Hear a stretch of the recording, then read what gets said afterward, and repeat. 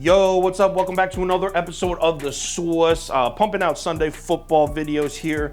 Got a nice one here. Would have been a lot better if Tua was healthy, but still should be a nice game to watch. Dolphins, Vikings, let's roll. Welcome to The Sauce. The Sauce. Sauce.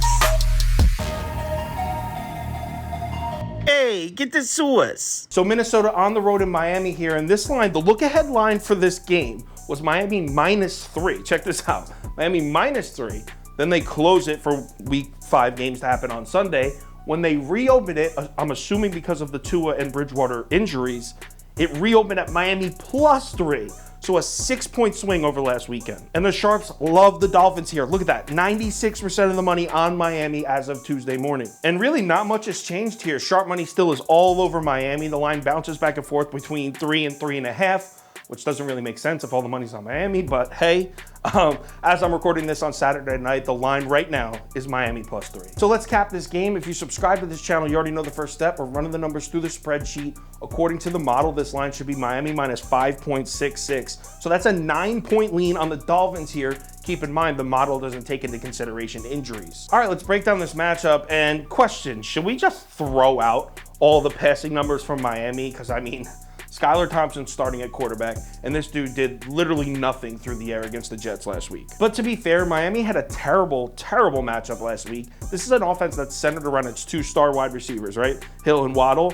The Jets have the best cornerback duo in the NFL. The Minnesota Vikings corners aren't playing nearly at that level. In fact, it's almost the opposite. The Vikings are just 26th in the NFL in pass defense DVOA, 29th in the NFL in yards per pass attempt allowed. Cam Dantzler did just play a good game last week. Let's give him some props. He played well against the Bears, but as a whole, this has been a very rough season for him and most of the Minnesota secondary. The strength of this Vikings defense is their pass rush, and so far it just hasn't really gotten going. They're sitting at just 16th in adjusted sack rate with Zadarius Smith and Daniel Hunter. You expect them to be top 10, maybe even top 5. And on the road against a Miami offensive line that's actually done a pretty good job of protecting the quarterback, this isn't the best spot for the pass rush to get going either. Now, I know because of Tua and Bridgewater, their injuries, there's a notion going around that Miami's offensive line hasn't been good in pass protection. That's completely false. Miami's offensive line is 12th in adjusted sack rate. So the table is set for Miami to make some plays in the passing game here, without a doubt. The problem is, A, how much do you trust Skylar Thompson? I mean, he looked good in preseason. He had a pretty solid career at Kansas State.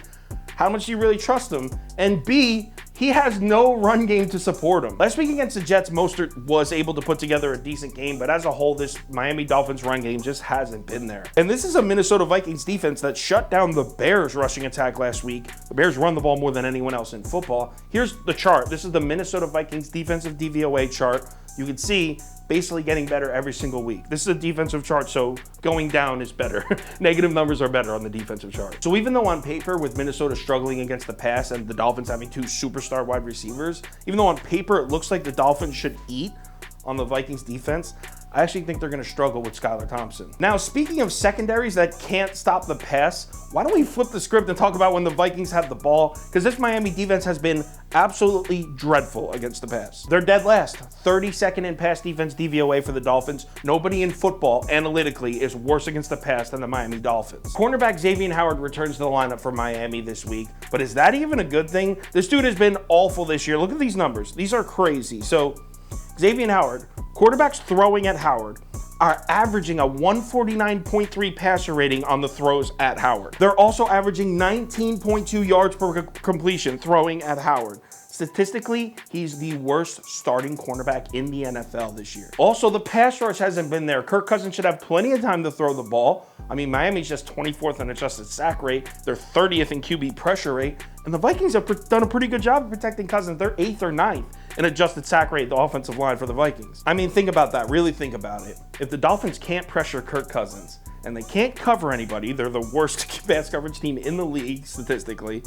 How are they going to stop this offense? I mean, Justin Jefferson might have 250 yards. I actually think they'll double team Jefferson and Thielen and KJ Osborne, guys like that'll go off personally. But regardless of how they do it, I think the Vikings offense goes off, which is why I'm on the Vikes here without a doubt. Give me Minnesota -3. I love how all those sharps is on Miami. Go ahead, take them. I'll lay the 3. Give me Minnesota -3, lock it in. If anything changes with this bet, I'll let you know on Twitter, so give me a follow there if you're interested. Also, if you want the final Sunday ticket, bet of the day, parlays of the day, top 7 bets, that kind of stuff, head over to KyleKirms.com or download the Sauce Network app. NFL Week 6, we need this Sunday to be a good one. We got 2 consecutive losing Sundays, which sucks, but we'll pick it up. We're staying positive. We're going to have a good one. I'll talk to you on Twitter.